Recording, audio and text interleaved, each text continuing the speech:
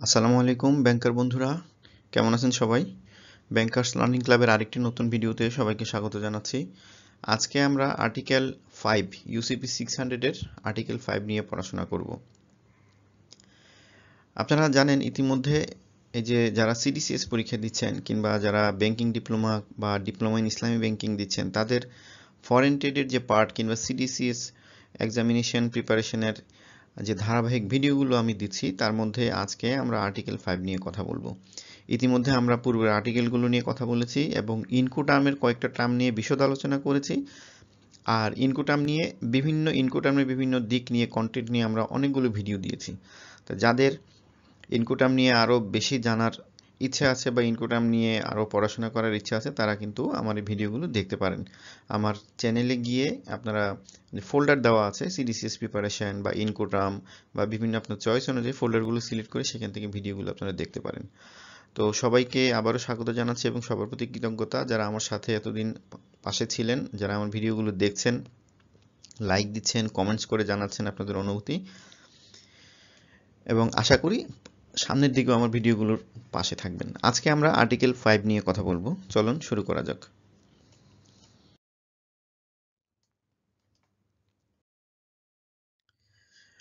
Article 5 খুব ছোট্ট একটা আর্টিকেল। আপনারা জানেন যে আমরা ব্যাংকাররা যে ডকুমেন্ট চেক করি বা ফরেন ট্রেডে কাজ করি তাদের যে কয়েকটি ইউসিপির আর্টিকেল সুরক্ষা দিয়ে থাকে তার মধ্যে এই আর্টিকেলটি অন্যতম। আর্টিকেলটি আপনারা জানেন সবাই, খুবই সহজ এবং ছোট। সেটা হচ্ছে banks deal with documents and not with goods services or performance to which the documents may relate. অর্থাৎ আমরা যারা ব্যাংকাররা ডিল করি আসলে ডকুমেন্ট নিয়ে। আমরা এই যে ডকুমেন্টটা যে এলসি রেজিস্ট্রে বা যে ট্রানজেকশনের রেজিস্ট্রে, সেই ট্রানজেকশনটা যে পণ্য, গুডস বা কোনো সেবা বা কোনো পারফরমেন্সের রেজিস্ট্রে ডকুমেন্টে ইস্যু হচ্ছে, আমরা ব্যাংকাররা ইউসিবি বলছে ব্যাংকাররা ডিল করে শুধুমাত্র ডকুমেন্ট নিয়ে। এখানে গুডস কি হলো, সার্ভিস বা পারফরমেন্স কতটুকু স্যাটিসফাইড হলো, কোয়ান্টিটি কেমন হলো, কোয়ালিটি কেমন হলো, এগুলো নিয়ে আসলে ব্যাংক ডিল করে না। আসলে কি ব্যাংক ডিল করে না? আমরা দেখব, আসুন একটু সামনের দিকে আলোচনা করি। তো এই আর্টিকেলটা আসলে অত বেশি মানে এই আর্টিকেলের মধ্যে থেকে অত বেশি আলোচনার সুযোগ নেই, কারণ এখানে একদম স্পষ্ট বলা হচ্ছে ব্যাংকাররা ডকুমেন্ট নিয়ে ডিল করে। অর্থাৎ ব্যাংকারদের দেখার বিষয় হচ্ছে ডকুমেন্ট কি আছে, সে যে এলসি করছে, এলসিতে সে যে ডকুমেন্ট চাইছে সে ডকুমেন্ট সেভাবে পেলো কিনা, সঠিক সময়ে পেলো কিনা, সঠিকভাবে উপস্থাপিত হলো কিনা, এইসব বিষয় নিয়ে তার দেখাশোনা। গুড সার্ভিস পারফরমেন্স নিয়ে ব্যাংকাররা আসলে কোনো ডিল করবে না। এখন এটা আলোচনা করতে গেলে এটার সাথে রিলেটেড আরেকটা আর্টিকেল নিয়ে একটু কথা বলতে হয়, সেটা হচ্ছে ইউসিপি 600 এর আর্টিকেল 14A। এখানে কি বলছে দেখেন, সঙ্গত কারণে এই 5 নাম্বার আর্টিকেলের সাথে 14 এর আর্টিকেলের কিছুটা রিলেশন আছে। 14 এতে কি বলছে দেখেন, a nominated bank acting on its nomination a confirming bank if any and the issuing bank must examine a presentation to the determine on the basis of the document alone whether or not the documents appear on their face to constitute a compliant presentation. অর্থাৎ ব্যাংকাররা শুধু document নিয়ে কেন deal করবে? কারণ এখানে document নিয়ে deal করার right UCP অনুযায়ী দেওয়া আছে তিনটা ব্যাংকে। একটা হচ্ছে নমিনেটেড ব্যাংক, একটা কনফারিং ব্যাংক, আর একটা হচ্ছে ইস্যুইং ব্যাংক। এই তিনটা ব্যাংকেরই কিন্তু ডকুমেন্ট চেক করার বিষয়টা জড়িত। এবং আপনি যখন ডকুমেন্ট চেক করবেন, অ্যাকসেপ্টেন্স দিবেন, পেমেন্ট দেবেন, নেগোশিয়েট করবেন, অনার করবেন, আপনাকে কিন্তু ডকুমেন্টটা ভালোভাবে চেক করতে হবে।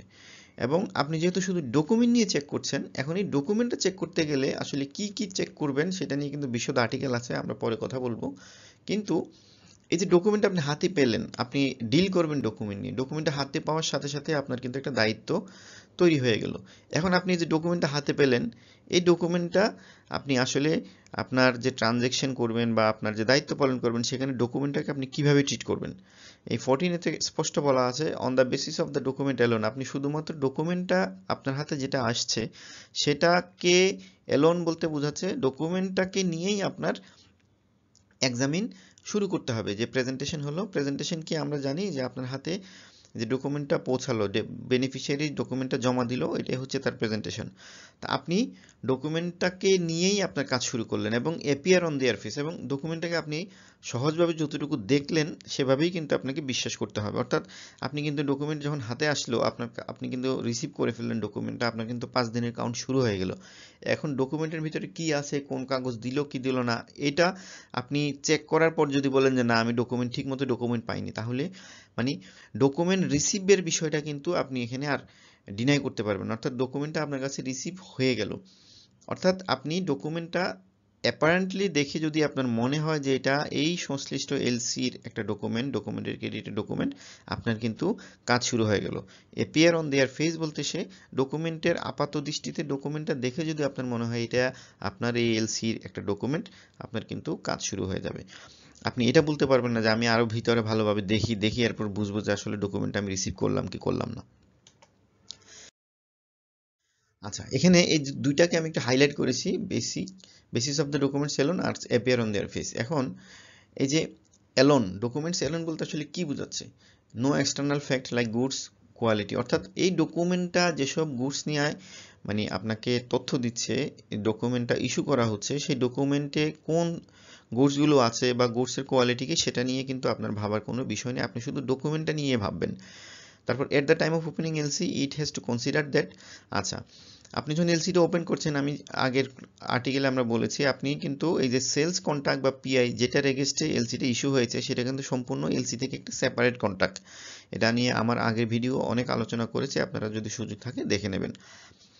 এবং bank deals with the document not with goods. অর্থাৎ ব্যাংক শুধু ডকুমেন্ট নিয়ে ডিল করবে, গুডস নিয়ে ডিল করবে না। এবং যে পিআই বা পারফর্মার এগেইনস্টে এই এলসিটা ওপেন হয়েছে, গুডসটা আসছে, সেটাও কিন্তু এই এলসির সাথে আপনি ট্যাগ করবেন না, সেটা সেপারেট কন্ট্রাক্ট হিসেবে আপনি ট্রিট করবেন। This consideration should continue when the documents are received. It's not a matter who signed the document, what is the quality of goods quantity. The compliance determine consider four corner rule. Consider the content of the document, not outside the document. অর্থাৎ আমি একটু যেটা বললাম, আপনি যখন document হাতে পেলেন, আপনার কিন্তু ওই যে ফোর কর্নার রুল, অর্থাৎ ডকুমেন্টের যে চার কোণার ভেতরে কি আছে, কোন কন্টেন্টগুলো আছে, আপনার এলসি অনুযায়ী সেই কন্টেন্টগুলো আছে কিনা, এলসির ক্লজ অনুযায়ী আপনার কন্টেন্টগুলো আছে কিনা, আপনি শুধু সেটা নিয়ে ভাববেন।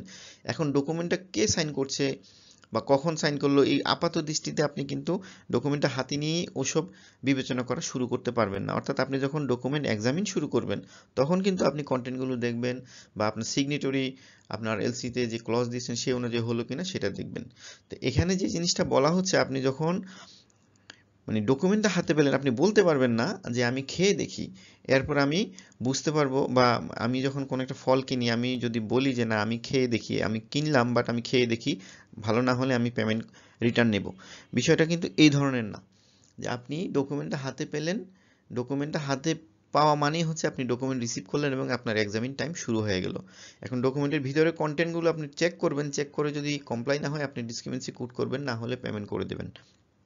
অর্থাৎ ডকুমেন্টটা হাতে পাওয়ার সাথে সাথে আপনার দায়িত্ব শুরু হয়ে গেল। এই কারণে এখানে বলা হচ্ছে on the basis of document alone, এবং হচ্ছে অ্যাপিয়ার অন দেয়ার ফেস। আচ্ছা, আমরা আরেকটু কথা বলি।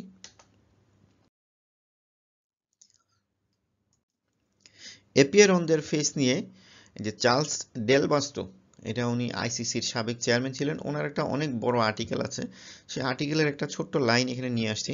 সেটা হচ্ছে the decision as to whether the document do or don't comply is based exclusively upon the banker's examination of document and not upon someone else's understanding. In other words, there is a method for examination of document under the documented credit which is peculiar to the banker. এটা হচ্ছে উনি যেটা বোঝাতে চাচ্ছেন, সেটা হলো আপনি যখন একজন ব্যাংকার এক্সামিন শুরু করবেন, সে এক্সামিন শুরু করার পর ডকুমেন্টটা কমপ্লাই হলো কি হলো না, সেটা এক্সামিন শুরু করার পর আপনি ডিসিশন নেবেন, তার আগে না।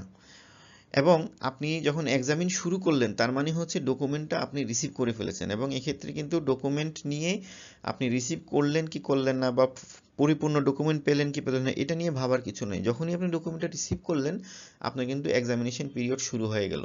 এবং কে কি ভাবতেছে, অন্য পার্টি, অ্যাপ্লিক্যান্ট, বেনিফিশিয়ারি বা অন্য ব্যাংক বা যে ডকুমেন্ট সেন্ডিং ব্যাংক, যে সে কি ভাবছে সেটা নিয়ে আপনার কিন্তু ভাবার কিছু নেই। আপনি শুধুমাত্র এই ডকুমেন্টের ফোর্থ কর্নারের ভিতরে কি লেখা আছে, কি কন্টেন্ট দেওয়া আছে, সেটা আপনার এলসি অনুযায়ী হচ্ছে কিনা, আপনি শুধু সেটা নিয়ে ভাববেন। এবং দেয়ার ইজ এ মেথড। আপনি যখন একটা ডকুমেন্টারি ক্রেডিট এর এগেইনস্টে ডকুমেন্ট চেক করবেন, যেটাকে আমরা এলসি বলছি, letter of credit, credit, documented credit বা ডিসি বা ক্রেডিট, এটা আপনি অবশ্যই এটার একটা মেথড আছে। সেই মেথডটা কি? আপনি ইউসিপি 600 ইউজ করবেন, আপনি আইএসবিপি ইউজ করবেন, এবং আপনি কারেন্টলি যে স্ট্যান্ডার্ড প্র্যাকটিস আছে সেই প্র্যাকটিস ইউজ করবেন। বলা আছে যে কোন কোন মেথডগুলো আপনি ইউজ করবেন। তা আপনার সেই মেথড অনুযায়ী আপনি ডকুমেন্টটা কিন্তু চেক করা শুরু করবেন। এখানে আরেকটু কি বলা আছে কি দেখেন, it should not consider what is thinking by other banker, whatever it is silly from the bank don't consider the feeling the business community banker depend on. আচ্ছা, আচ্ছা, এখানে যেটা বলা হচ্ছে, whatever silly wrong but it becomes a huge matter for banker, $1,000,000 document may refuse to make payment because of a discrepancy. এটাকে অনেকে বলেন যে ডকুমেন্টারি ক্রেডিট হচ্ছে একটা ফিকশন, একটা ফিউশন, একটা চার্ম। এখানে আপনি একজন ডকুমেন্ট এবং একজন ব্যাংকার ডকুমেন্ট চেক করতে বসছেন, মিলিয়ন মিলিয়ন ডলারের একটা ডকুমেন্ট। যে বেনিফিশিয়ারি সে কিন্তু খুব আশা নিয়ে বসে আছে, কিছু সে 2-1 দিনের মধ্যে সে পেমেন্টটা পেয়ে যাচ্ছে। তার নিজের অজান্তেই এমন ছোট একটা ডিসক্রিপেন্সি এখানে দেখা গেল যে আপনি ইস্যুইং ব্যাংক, আপনি কিন্তু পেমেন্টটা দিলেন না, ডিসক্রিপেন্সি কোড করলেন, এবং আপনি ডিসক্রিপেন্সি কোড করে আপনার ইন্টারনাল রুলস রেগুলেশন অনুযায়ী আপনি যদি বিলোবিলিটি না পান, পেমেন্ট দিচ্ছেন না, বা আপনি খুব সিলি একটা ডিসক্রিপেন্সি কোড করে পেমেন্ট আটকে দিলেন, মিলিয়ন মিলিয়ন ডলার কিন্তু আপনি আটকে দিতে পারেন। এই জন্যই এটা একটা ড্রামা বলা হয়। অনেকে আমাদের বাংলাদেশে অনেক যারা এক্সপার্ট তারা কিন্তু যখন লেকচার দেয় তখন এই যে ডকুমেন্টারি ক্রেডিটকে বলে একটা ড্রামা। কারণ এখানে উত্থান পতন, হাসি আনন্দ সব কিছুই আছে। আপনার কাছে মানে একটা অন্যরকম ক্ষমতা। আপনি যখন ডকুমেন্ট এক্সামিন করতে যাচ্ছেন, আপনার যে রুলস রেগুলেশন অনুযায়ী, আপনার মেথড অনুযায়ী, আপনার এলসি ক্লজ অনুযায়ী আপনি যদি একটা ডকুমেন্ট চেক করতে গিয়ে খুব সিলি কিন্তু অনেক বিষয় থাকে যেটা আপনি ইগনোর করতে পারেন, বাট আপনি কিন্তু ইগনোর করেন না। আপনি সেটা ডিসক্রিপেন্সি কোড করে $1,000,000 কিন্তু আটকে দিতে পারেন। তো এখানে এই কারণেই যেটা বলা হচ্ছে আর্টিকেলের সাথে রিলেট করে, আপনি যখন ডকুমেন্ট চেক করবেন, কে কি বললো, কে কি ভাবলো, এটা আপনার দেখার বিষয় না। আপনি এলসির ক্লজ অনুযায়ী আপনি যেটা রিকোয়ারমেন্ট চাইছেন সেই অনুযায়ী ডকুমেন্টটা রেডি হচ্ছে কিনা সেই দিকেই আপনি দৃষ্টি দিবেন। আর এই কারণেই শুধুমাত্র ডকুমেন্টের উপরই ব্যাংকারদের এমফাসাইজ করা হচ্ছে। ব্যাংক আসলে ডিল করে শুধুমাত্র ডকুমেন্ট নিয়ে, এবং এখানে গুডস কি আসলো না আসলো এটা নিয়ে ব্যাংকারের ভাবার বিষয় নেই।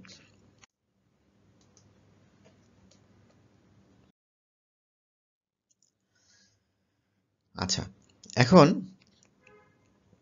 কি বলছে দেখেন, banks are to determine compliance only on the basis of the face of the documents alone, nothing else. Just এটা এতক্ষণ আমরা আলোচনা করলাম। এখন আমরা এখানে কি বলছি, bank deal with document not good service performance. আসলে কি ব্যাংক শুধু ডকুমেন্ট নিয়ে ডিল করে? সে কি গুডস নিয়ে, সার্ভিস নিয়ে বা পারফরমেন্স নিয়ে ডিল করে না? কিন্তু অনেকে বলেন যে আসলে but bank also deal with goods service performance to which the document may relate. সম্পূর্ণ এটার বিপরীত একটা কথা। কিন্তু কেন এই কথা বলা হচ্ছে, আমরা এটা নিয়ে একটু ছোট্ট সময় নিয়ে আপনাদের আলোচনা করব। Bank also deal with goods service performance. How, কিভাবে? Protection provided to issuing bank in article 4 and 5 may be endangered when it issue or countersign। আপনার যে আর্টিকেল 4, আর্টিকেল 5 এবং শেষের দিকে আমরা আরো কিছু আর্টিকেল দেখব, এই আর্টিকেলগুলোতে একটা ব্যাংকে যে প্রোটেকশন দেওয়া হয়েছে সেই প্রোটেকশন কিন্তু একটা ডেঞ্জারের সম্মুখীন হতে পারে যে কোনো সময়। কখন হতে পারে? যখন ব্যাংক এই ডকুমেন্টগুলো ইস্যু করে। সে যখন একটা শিপিং গ্যারান্টি ইস্যু করে, ইন্ডেমনিটি ইস্যু করে, এয়ারওয়ে রিলিজ ইস্যু করে, ডেলিভারি অর্ডার ইস্যু করে, কিংবা লেটার অফ ইন্ডেমনিটি ইস্যু করে, কিংবা সাইন করে, কাউন্টার সাইন করে, তখন কিন্তু এই ব্যাংক সরাসরি আসলে এই গুডসের সাথে, সার্ভিসের সাথে বা পারফরমেন্সের সাথে জড়িয়ে গেল। অর্থাৎ bank deal with goods service performance. একটু সামনের দিকে কথা বলি। What kind of danger? ডেঞ্জারটা আসলে কি? ডেঞ্জারটা হচ্ছে ডেঞ্জার অফ কনভার্সন। অর্থাৎ আমি একজন ব্যাংকার যখন শিপিং গ্যারান্টি ইস্যু করছি, ইন্ডেমনিটি ইস্যু করছি, এয়ারওয়ে রিলিজ ইস্যু করছি, ডেলিভারি অর্ডার ইস্যু করছি, লেটার অফ ইন্ডেমনিটি ইস্যু করছি, আমি কিন্তু যে ডেঞ্জারের সম্মুখীন হচ্ছি সেটা হচ্ছে ডেঞ্জার অফ কনভার্সন। সেই কনভার্সনটা কি আসলে? আপনারা গুগলে সার্চ দিলে কনভার্সন নিয়ে অনেক সংজ্ঞা পাবেন, অনেক আলোচনা পাবেন। এখানে আমি খুব ছোট্ট করে কয়েকটা নিয়ে আসছি। সেটা হচ্ছে উইদাউট কনভার্সনটা কি আসলে, এখানে মানে এই ক্ষেত্রে কনভার্সনটা কি অর্থে ইউজ হচ্ছে? Without payment to a beneficiary issuing bank may face risk of dispute regarding the conversion, এবং conversion is a legal term signifying wrongful interference with the another person property। আচ্ছা, যাই হোক, এটা আমি আপনারা একটা রিডিং করে নেবেন, আমি এটা খুব অল্প করে বলছি। সেটা হচ্ছে এই কনভার্সনটা ব্যাংকের জন্য খুব রিস্কি হয়ে ওঠে যখন আপনি একটা ভুল লোককে আপনি এই ডকুমেন্ট, যে ডকুমেন্টের কথা বললাম, ইনডেমনিটি বা শিপিং গ্যারান্টি, একটা ভুল রং লোককে ইস্যু করে আপনি ডকুমেন্ট ডেলিভারি দিয়ে দিচ্ছেন। অর্থাৎ যে প্রকৃত এখানে আমরা কখন এগুলো ইস্যু করি আপনারা জানেন যে আমরা যখন এলসি ইস্যু করি, এলসিতে কিন্তু টু দ্য অর্ডার অফ ব্যাংকের নাম বলে দিচ্ছি, কারণ আমাদের যতক্ষণ সময় পর্যন্ত এই পণ্যগুলোর মালিকানা ব্যাংকের হস্তগত হওয়ার সুযোগ থাকে আমরা ততক্ষণই রাখি। এটা আমাদের সিকিউরিটি পারপাসে আমরা সেটা করে থাকি, নিজেদের নামে ডকুমেন্ট ইস্যু করতে বলি, তারপর আমরা ডকুমেন্টে এন্ডোর্স করে যে অ্যাপ্লিকেন্ট বা বায়ার বা ইম্পোর্টার তাকে আমরা এন্ডোর্স করে দিয়ে দিচ্ছি। এখন আমি যখন এটা এন্ডোর্স করছি বা অ্যাপ্লিকেন্টকে দিচ্ছি, বায়ারকে দিচ্ছি, আমি যদি রং পারসন সিলেক্ট করি তাহলে কিন্তু ব্যাংক এটা একটা ডেঞ্জারের সম্মুখীন হয়। এখানে কি বলছে, any person who however innocently obtain possession. আচ্ছা, যাই হোক, এটা আমি খুব অল্প করে বললাম। A banker will be liable for conversion if he deliver to an unauthorised person article left him with him by a customer for a safe custody. অর্থাৎ তার কাছে যে পণ্যটা তার নামে ইস্যু করা হলো, যে টু দ্য অর্ডার অফ যে ব্যাংকের নামে, এটা কিন্তু আরেকটা কাস্টমারের, অন্য একজন পার্সনের গুডস তার সেফ কাস্টডিতে থাকছে। এখন ব্যাংক যদি আনঅথরাইজ কোনো পার্সনের মাধ্যমে সেটা রিলিজ করে নেয় এবং ডকুমেন্ট ইস্যু করার সময় যদি ভুল ডকুমেন্ট ইস্যু করে, তাহলে কিন্তু এটা ব্যাংকারের জন্য রিস্ক, এবং ব্যাংক কিন্তু সরাসরি এটা এই সময় তার এই গুডস নিয়ে কিন্তু আসলে ডিল করছে। তো এই কথাগুলো লেখা আছে dictionary of banking and finance, এটা আপনারা দেখে নিতে পারেন। তাহলে এই যে ডেঞ্জার, ব্যাংকারের যে কোনো সময় এই ডেঞ্জারের সম্মুখীন হওয়ার যে পসিবিলিটি, সেটা থেকে ব্যাংক কিভাবে মুক্তি পেতে পারে, সেক্ষেত্রে তারা ফুল ক্যাশ কভারেজ নিয়ে রাখতে পারে, আন্ডারটেকিং নিয়ে রাখতে পারে, কাউন্টার ইন্ডেমনিটি নিয়ে রাখতে পারে। এরপর হচ্ছে এই যে কাউন্টার ইন্ডেমনিটি নিয়ে রাখতে পারে, সেটা কিছু স্পেসিফিক কন্টেন্ট থাকবে সেই কাউন্টার ইন্ডেমনিটিতে, সেটা হচ্ছে ডিসক্রিমিনেন্সি, পরবর্তীতে মূল ডকুমেন্ট আসলে ডিসক্রিমিনেন্সি থাকলেও যাতে অ্যাপ্লিকেন্ট বা বায়ার বা যে পণ্যটা রিলিজ করছে সে যাতে এটা ডিসক্রিমিনেন্ট ডকুমেন্টে অ্যাকসেপ্ট করে নেয়, এটার একটা থাকবে। তারপর হচ্ছে এই কনসাইনমেন্ট যদি অনেক বড় কনসাইনমেন্ট হয়, এই ডকুমেন্টের এগেইনস্টে সে যদি কনসাইনমেন্টটা রিলিজ করতে চায়, সে যাতে ফুল কনসাইনমেন্ট রিলিজ করে। ব্যাংকের অথরিটি দেওয়া, ডেবিট অথরিটি দিয়ে দেওয়া, যে ব্যাংক চাইলে তার অ্যাকাউন্ট ডেবিট করে সে পেমেন্টটা নিয়ে নিতে পারে, ইত্যাদি। তো আমরা শেষ করি। যারা এতক্ষণ আমার পাশে ছিলেন সবাইকে অনেক অনেক ধন্যবাদ। আমার যারা সাবস্ক্রাইব করেছেন তাদেরকেও অনেক ধন্যবাদ। যারা সাবস্ক্রাইব করেননি অবশ্যই সাবস্ক্রাইব করে নেবেন এবং লাইক বাটনে ক্লিক করবেন, কমেন্টস করে জানাবেন ভিডিও কেমন চান, এবং পরবর্তী ভিডিও দেখার আমন্ত্রণ জানিয়ে এখানে শেষ করছি। আল্লাহ হাফিজ, আসসালামু আলাইকুম।